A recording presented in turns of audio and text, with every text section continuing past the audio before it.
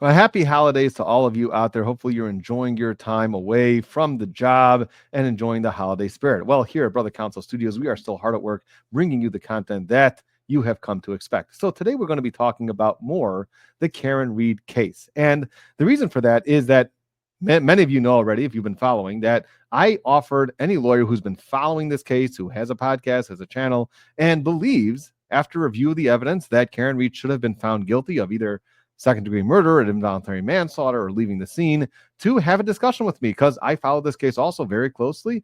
Watched every single minute of that trial. I looked at the evidence, and to me, it just seemed that the Commonwealth did not meet their burden to prove beyond a reasonable doubt that Karen Reed committed this murder. So I invited a lawyer, any lawyer who believes that the facts point beyond a reasonable doubt to her guilt, to have a discussion with me, have a respectful conversation, lawyer to lawyer, and I think a lot of people would be interested in seeing that. But I haven't been taken up on that offer just yet. So I do have a great community here, and the community has been sending me messages and comments about who possibly I can reach out to have this discussion with. Well, so far, I've, again, been out of luck reaching out to people, and therefore I have to resort to looking at some of their podcasts or some of their channels and see what they have to say about Karen Reed and why they believe that Karen Reed should have been found guilty. So we did this already on about the 34 Fairview podcast. We went through that podcast.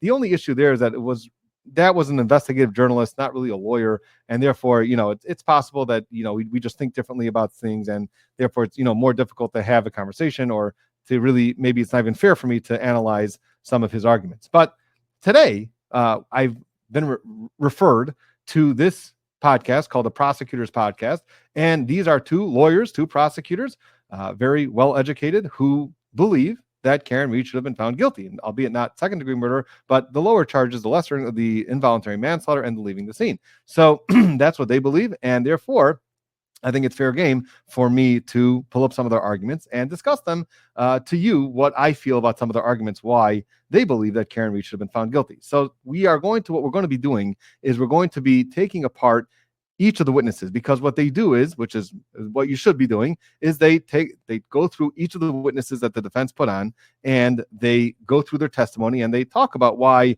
each person's testimony is really discredited and why it doesn't really help the defense's case, and really maybe even helps the prosecution's case. So we're going to be going through each witness at a time, but unfortunately, I can't do every single witness now in one sitting, because it's just going to take 3 hours to do. So today we're going to be concentrating on just Lucky Lawford, who was the first witness for the defense. So Brian Lucky Lawford, the plow driver, that is who we're going to be going through and analyzing. I'm going to be analyzing what they say about his testimony and what arguments they bring up and what I feel about some of their arguments. So, and then maybe at the next episode, if this is interesting to you, we'll go through the next witness that they argue and they believe they're right about why the witness doesn't help them. And we'll go through each witness, eventually leading up to the ARCA witnesses, which I think, like I said, I think they were the ones that really won the case for Karen Reed, or should have won the case for Karen Reed. But we can get to that. But today's episode, we're going to be talking about Lucky Lawford's testimony and what these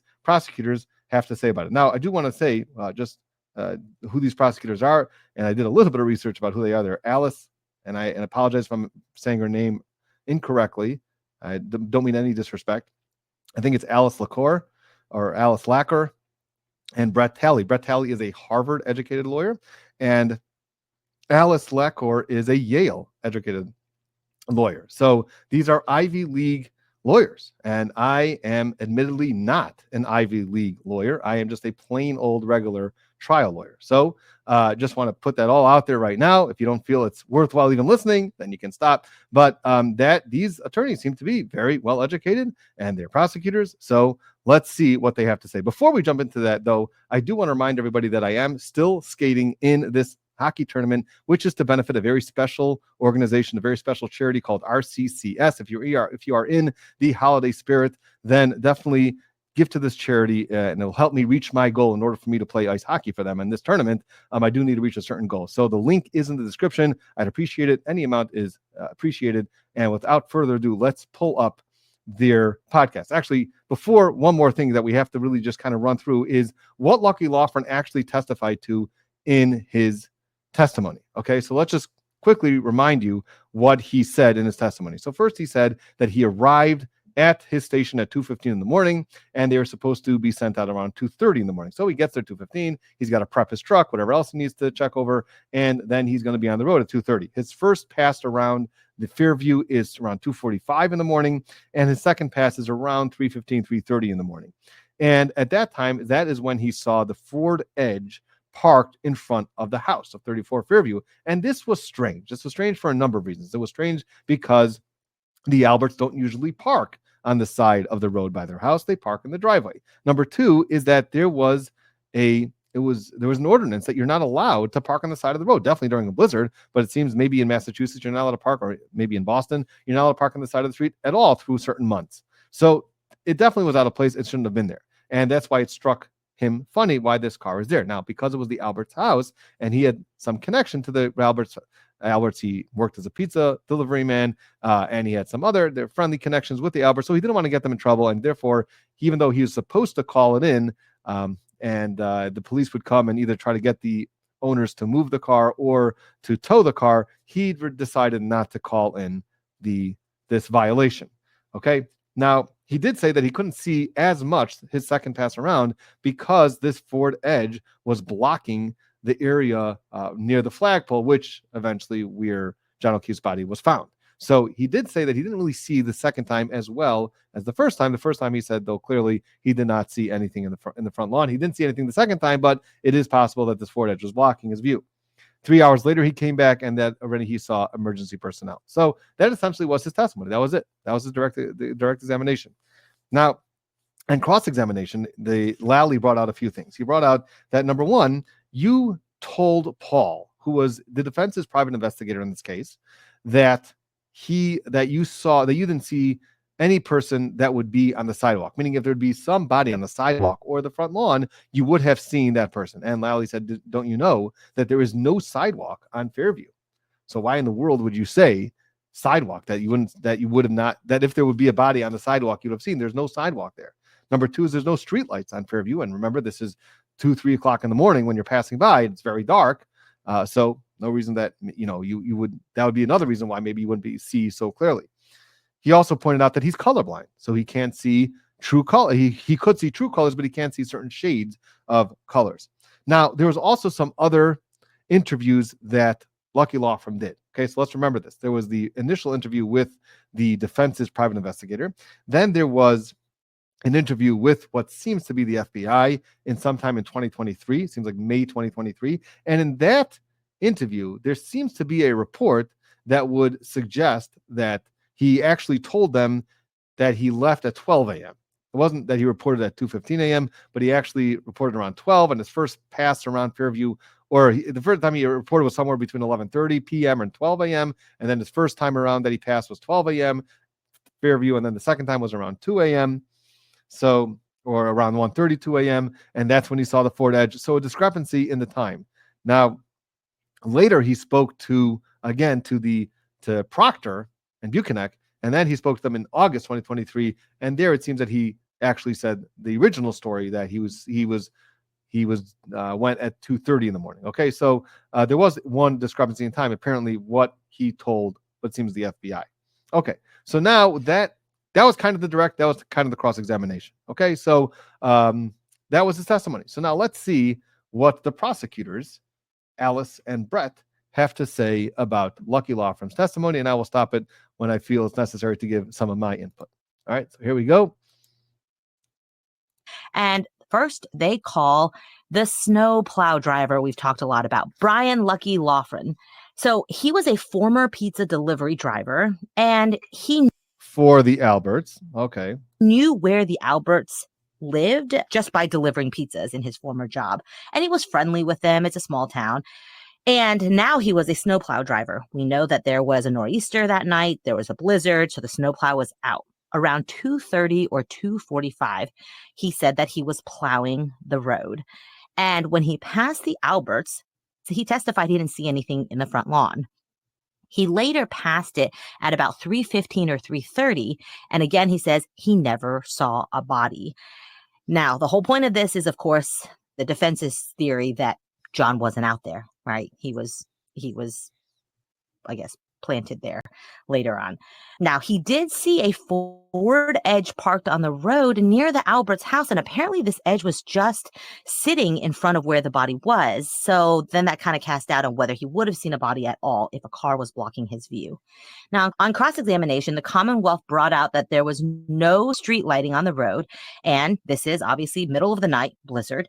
And despite... Oh, just one comment about that. Even if there's no street lighting out, when there's a lot of snow, that usually lightens up what's going on. You also have these big lights by the plow that's lighting things up. So it's different when it's the middle of the night when there's snow on the ground. Of course, blizzardy conditions can also make visibility issues, but it's not completely like it's pitch black in the middle of the night with no lights on anywhere. You know, he did have the lights from his truck, and he also, the fact that there was snow, that also lightened things up. But let's continue. Brian's repeated references to a sidewalk, there actually was no sidewalk on Fairview either. So there she says that his repeated references to a sidewalk. And if you actually watch the testimony, there was no repeated references to a sidewalk. There was just that he mentioned, apparently, to this investigator. Either he mentioned it to the investigator or the investigator on his own put it in there, which, again, we don't know because this wasn't really brought out too much. It was just the fact that apparently at one point he said that there was a sidewalk, or it was written down in the report that it was a sidewalk. It wasn't like his testimony relied on the fact that there were sidewalks. It wasn't like he was repeatedly saying there was a sidewalk there. I know there was a sidewalk there, and that's where the body was found, right near the sidewalk, 2 inches away from the sidewalk, a foot away from the sidewalk, and there's a sidewalk that went around the house. And it's not like he said sidewalk ever. In fact, in his testimony, he never said the word sidewalk. The only time that you find that he said anything about a sidewalk, apparently, again, this was not admitted to evidence because it was some sort of report by the private investigator, but in this report that the private investigator had a discussion with Lucky Law Firm, somehow the word sidewalk ended up in there. That Lucky Law Firm either said, or this is how it was reported, that there wouldn't be a body on the sidewalk or the front lawn. If there would have been a body there, he would have seen it, and yet he didn't see it.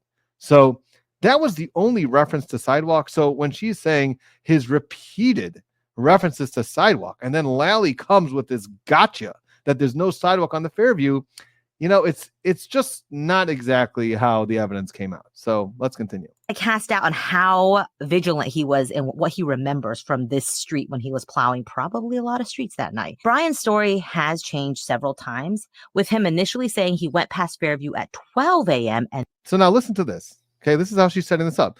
Brian's story has changed several times. Okay, it's changed several times. It didn't just change once. It changed several times where he's just all over the place with his facts. Now, let's see what she actually says to back this up. And then 2 a.m. And then saying So he says initially he said that he went past Fairview at 12 a.m. and then 2 a.m.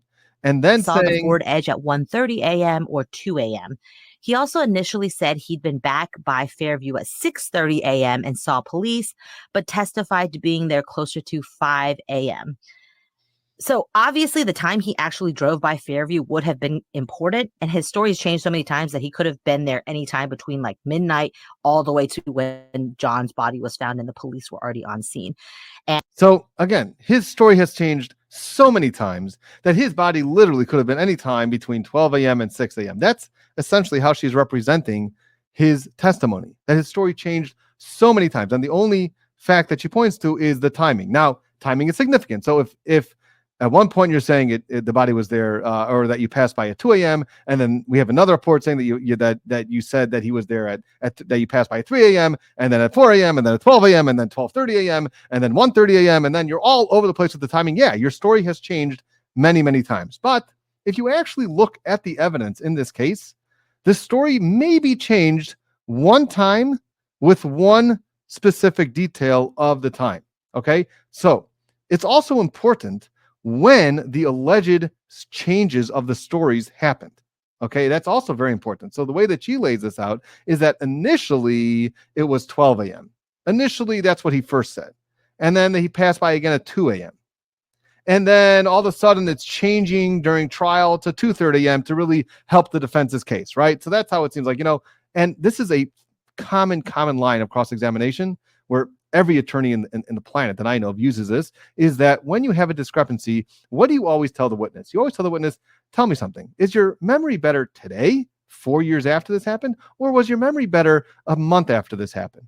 And if they say something different today, then you can just slam them and say, look, you testified in a deposition, or you said in a statement something different than what you're saying today. Don't you think we should believe what you said initially? So when she's laying it out as initially this was what his story was, well, then it sounds like now you're changing the story. Now, guess what? Which one are we going to go with? We're going to go with the one that you said initially. And that is generally the argument that attorneys do. Now, the reason why this is a little bit sneaky here is because his initial story was not that he was there at 12 a.m. Okay, just to get the timeline straight, which is important, is that let's remember this accident, this murder, or this death of John O'Keefe happened January 29, 2022. The first person to ever talk to him about this was the private investigator that was hired by the defense, this guy named Paul, who spoke to Lucky Loughran February. Less than a month later, you have the private investigator for the defense talking to Lucky Loughran on February, and guess what time he said then?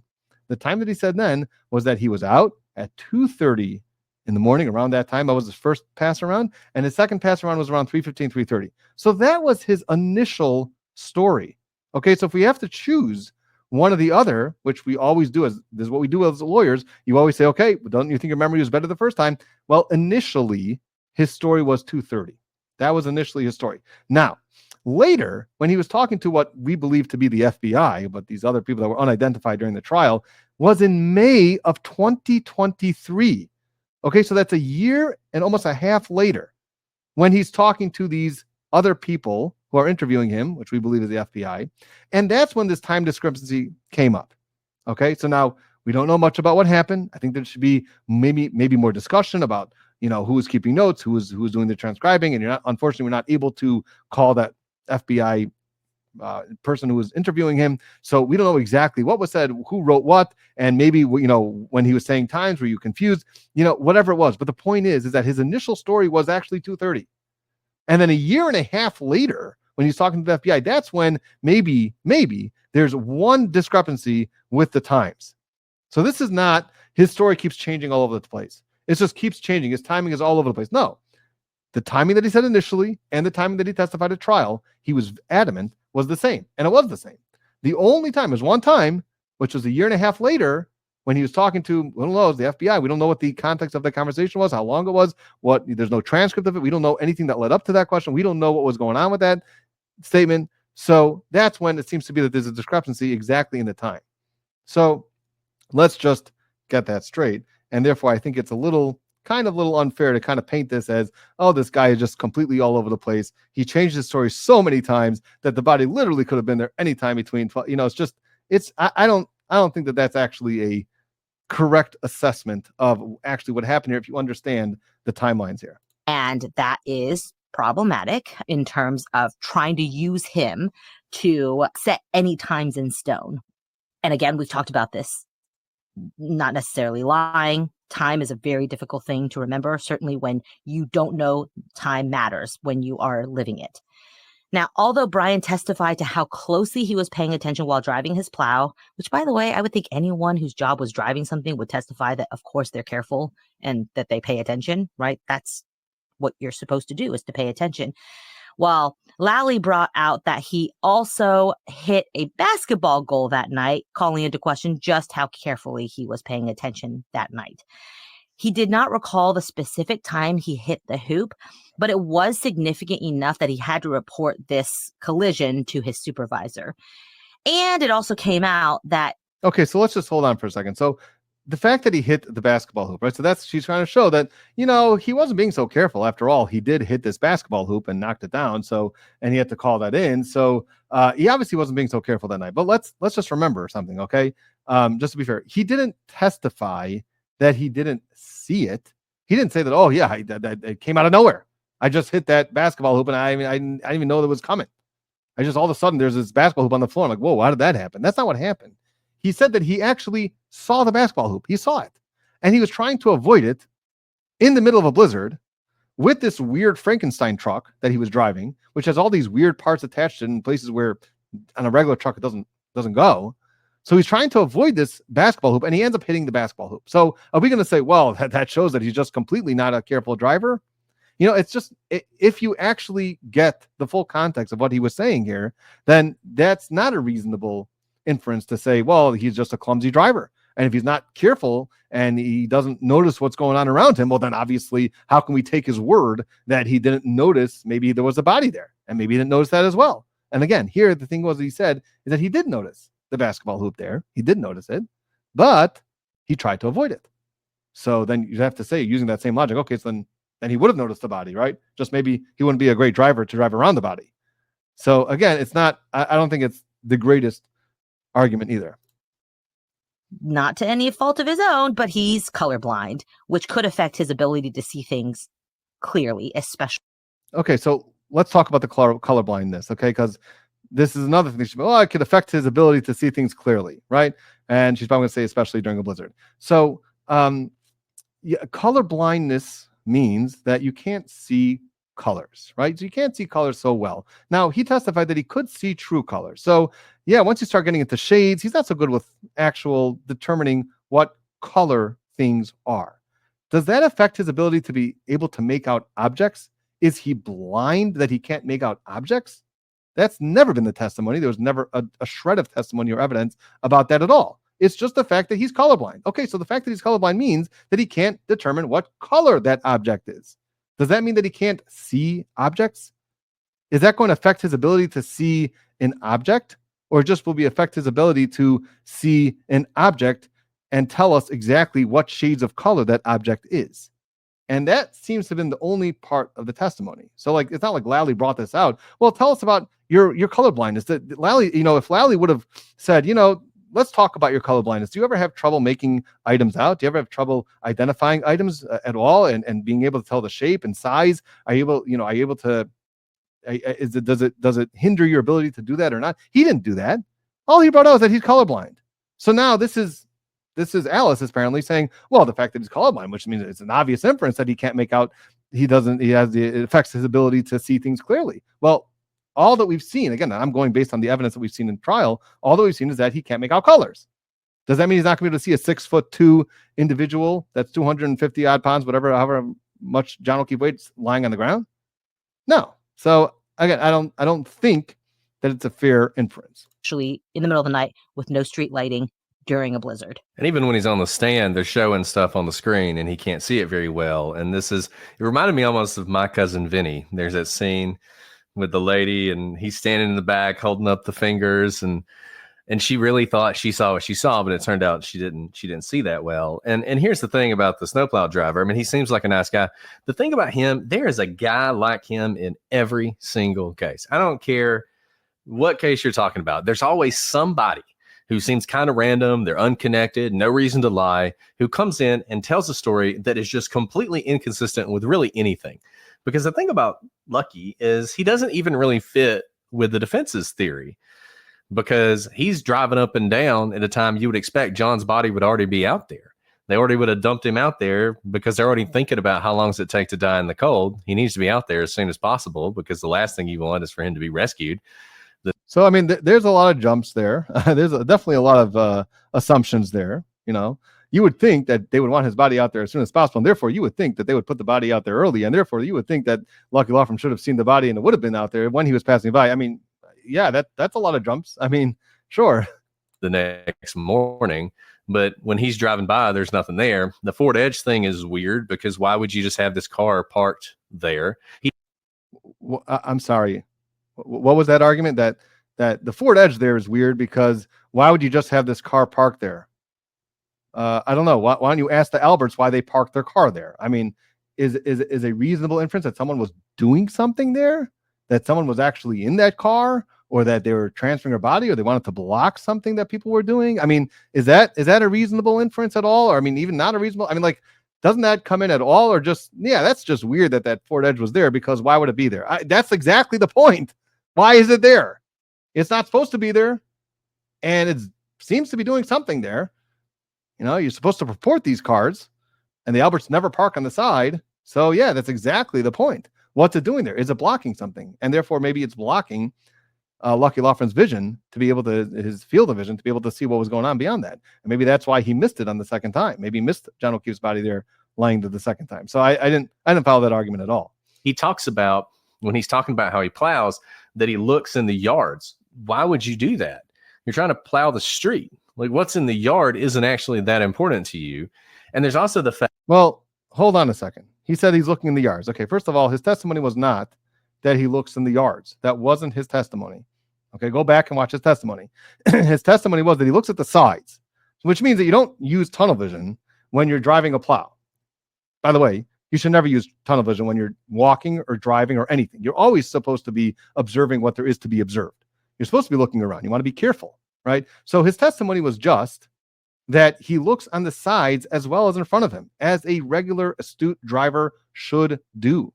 You know why? Why is he looking at the yards? That seems so strange to him. Why is he looking in the yards?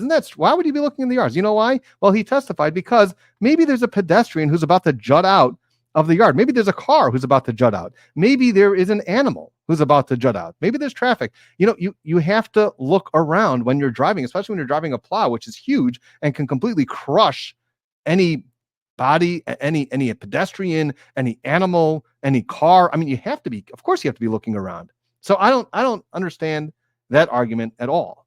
Fact that he remembers so specifically the times that he passed the Albert House when that would be not important to him at all at the time. Wouldn't matter to him at all at the time because he doesn't see anything. He doesn't see a body. But he hits this basketball goal, which also makes you question a little bit just how closely he was paying attention. But he hits the basketball goal. This is a really important event for him that night. He's now going to have to report that to a supervisor. And in fact, he does report it to the supervisor. But even though in the moment that would have been a really significant thing for him, doesn't remember the time. Couldn't tell you when it happened. When it's what he didn't see, the time he didn't see something, well, then it's absolutely well after the body should have been there. Okay, so this is a decent argument. Let's talk about this argument. So now the argument is that let's go back into Lucky Loughran's night that night before he knew anything, before we knew anything about a murder, before anything, right? Here you are, Lucky Loughran, 3:00 in the morning, doing your route. And there should be nothing special about driving down Fairview. I mean, you're driving down a bunch of different streets and you're plowing it. That's your job. So why would you know exactly when you were driving down Fairview and you went there twice and then the third time? Well, how would you know exactly when you were there? It's not so important to you. So, and now when it comes to something that is important, an event that should be important, right? You don't knock over basketball hoops every single day in your job, hopefully not. So now that comes up and you have to report it. So don't you think that would be more significant thing to remember the time? And you didn't remember the time. So that seems to be a fair point, right? I mean, a more significant event at the time that this is going on, you should remember the time as opposed to an insignificant event. And for some reason, you know specifically exactly when you were by 34 Fairview and when you weren't. And for some reason, you don't remember anything about the basketball hoop. Okay, now this is the reason why there's a problem with that. Okay, this is the problem with that thinking. When you have a route, okay, this is Lucky Loughran doing his route. He knows his route like the back of his hand, right? He knows his route. He knows that he reported at 2:15, 2:30 in the morning. And he knows that part of his route means that he's going to be by Fairview about 2:45. That's what he knows his route to be. So then he can estimate, and he never said exactly I was there at 2:46 and 25 seconds. He said I was most likely around that time because he knows his route. He knows it. How much time his route takes. So he knows it. I go from the station where I pick up my truck. I go to around 34 Fairview. I will go around Fairview. That's going to be around 15 minutes to a half hour later. So that means I'm going to be around that area around 2:30, 2:45 in the morning, right? So then that's very reasonable. Of course, he knows his route. And then he knows that about 45 minutes later, he's going to circle back to that area and he's going to pass by again. So he just happens to know his route, which would be any route driver. Then you know your route. You know how long it takes you to go from different places. That's just because you've been doing it for 35 years. So you kind of know your route. You know how long things take. Now, this isolated event, which happened with the basketball hoop, that is something where you have someone who's not the brightest crayon in the box, and something happens. He doesn't remember exactly where it happened or what had happened or what time it was. He knows that it was traumatic, but he's just not a person that remembers times for significant events. That's exactly the point. He made the point. He made the argument for the other side in this case, because you have a guy like Lucky Loughran who doesn't seem to be the brightest guy. Therefore, when he's calling in this event, he just doesn't remember the times because he's just not that type of person. but his own route that he's been doing for the past 20 years, which he knows like the back of his mind, and he knows exactly where he goes first. So then he can estimate about what time he's going to be there. And that's all he did. He estimated the time. He didn't say specifically exactly. He gave you an estimate about what time he's going to be there.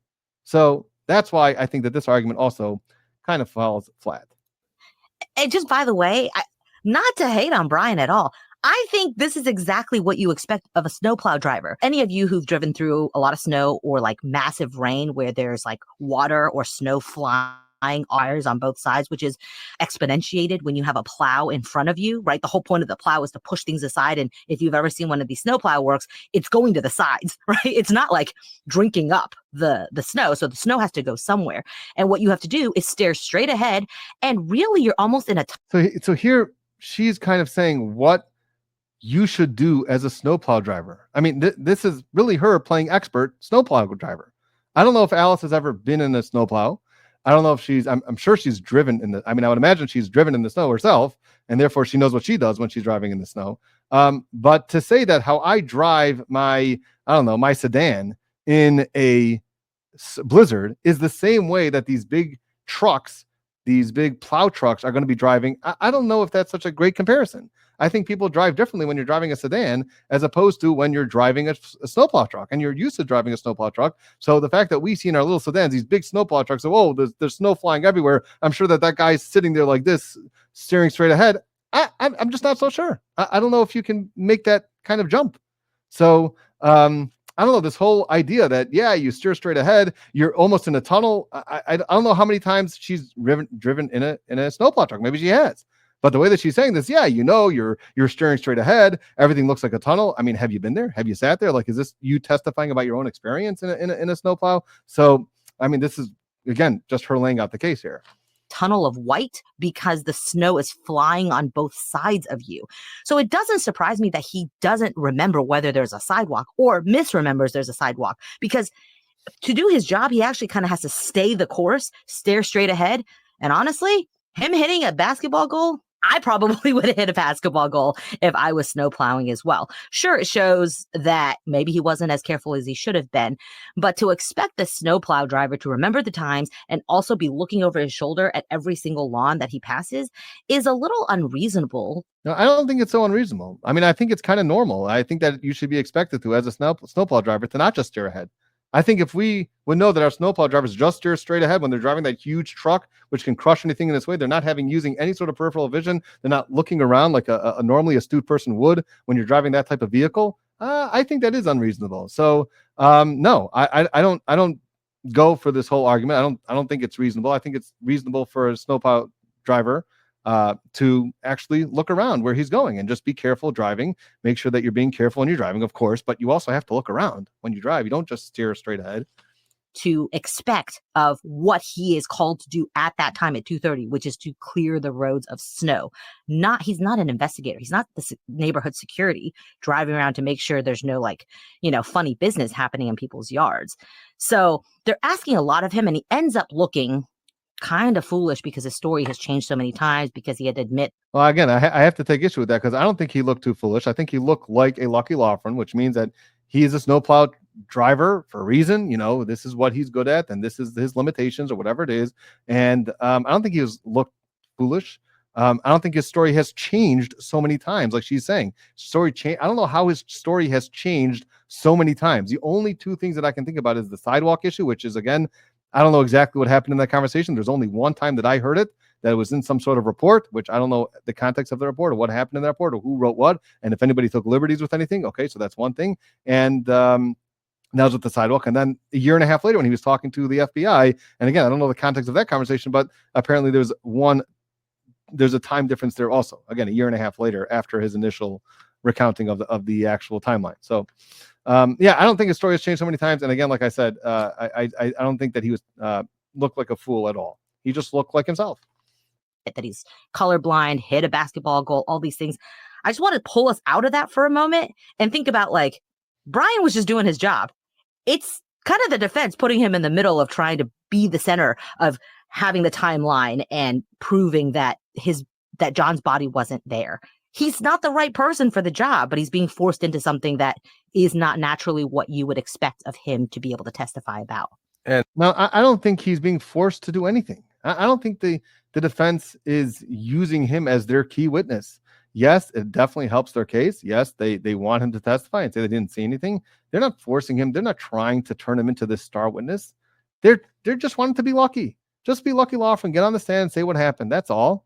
They didn't like use any slick lawyering there. They just right. Yannetti just asked him, hey, when did you get there? What did you see? What didn't you see? What times were you there? And then finished. He sat down. Like this wasn't like this slick lawyering trying to push him into positions that he wasn't comfortable to take. And he's just taking advantage of this poor guy, Lucky Law Firm. I mean, that's not what I saw at all. So I don't feel bad for him. I think, he testified. He said what he remembered. He said what he didn't remember. Lally made his points, and then that was it. So it's not like they're completely need him for their defense anyway. It helps them, I think, but it's not like, oh, this is the defense that they're going to rest their head on. So, and look, I liked him. He seemed like a perfectly nice guy, but I felt like he had been taken advantage of, frankly.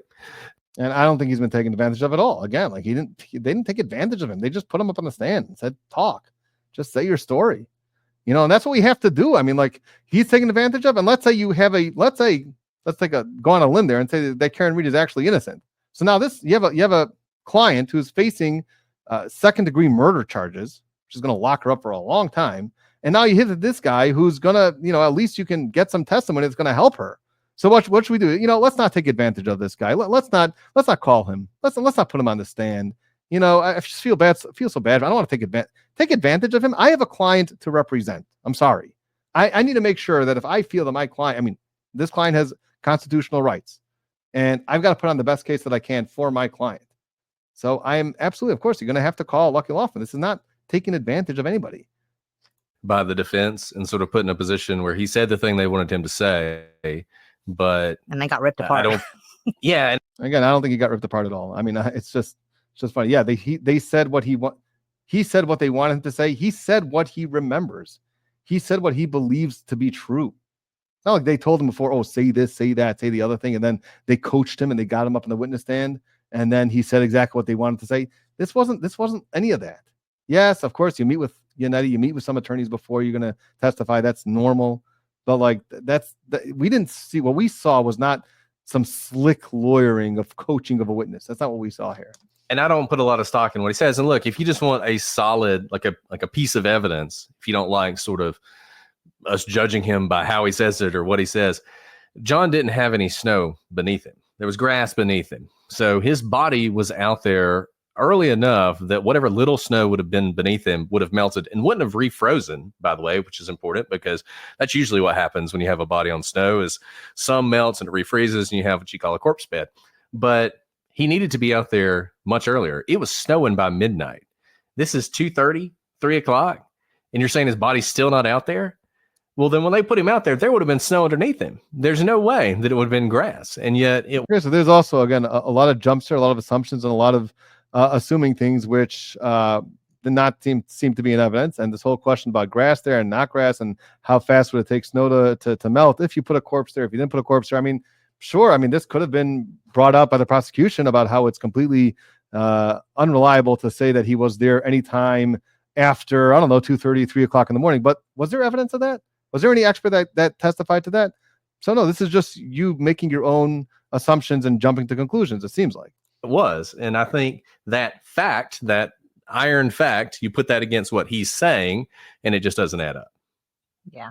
You said it so much better than me. Okay, well, that's basically that. They're going to move on to the next witness, Dr. Marie Russell, which hopefully will be the focus of the next video that we do on this. So again, this is just me listening to some other lawyers, what their take is on some of the evidence, which eventually led them to the conclusion that they believe that Karen Reed should have been guilty, not second degree murder. I think they both decided that there could be a case for second degree murder, but they maybe wouldn't have found second degree murder, but definitely they would have found on at least the involuntary manslaughter, which means that they thought that there was an interaction between the vehicle and John O'Keefe, which again, there's some more testimony that we have to deal with and talk about, I think, in an open and honest way. But that is exactly, this is what my take on some of their evidence is. And I hope I didn't sound disrespectful in any way. I think I'm just, talking logically through some of the arguments that they're making and some of my observations that I had during the trial. And you're all free to go rewatch Lucky Law Firm's testimony and cross-examination. It's not that long. And then listen to their listen to their take on it, and then you can listen to my take on it, and then you can make your own decision. Well, that's going to be it for now. So thank you all for tuning in. A happy holidays for all of you. And if you haven't yet, please subscribe, like, and we will see you next time.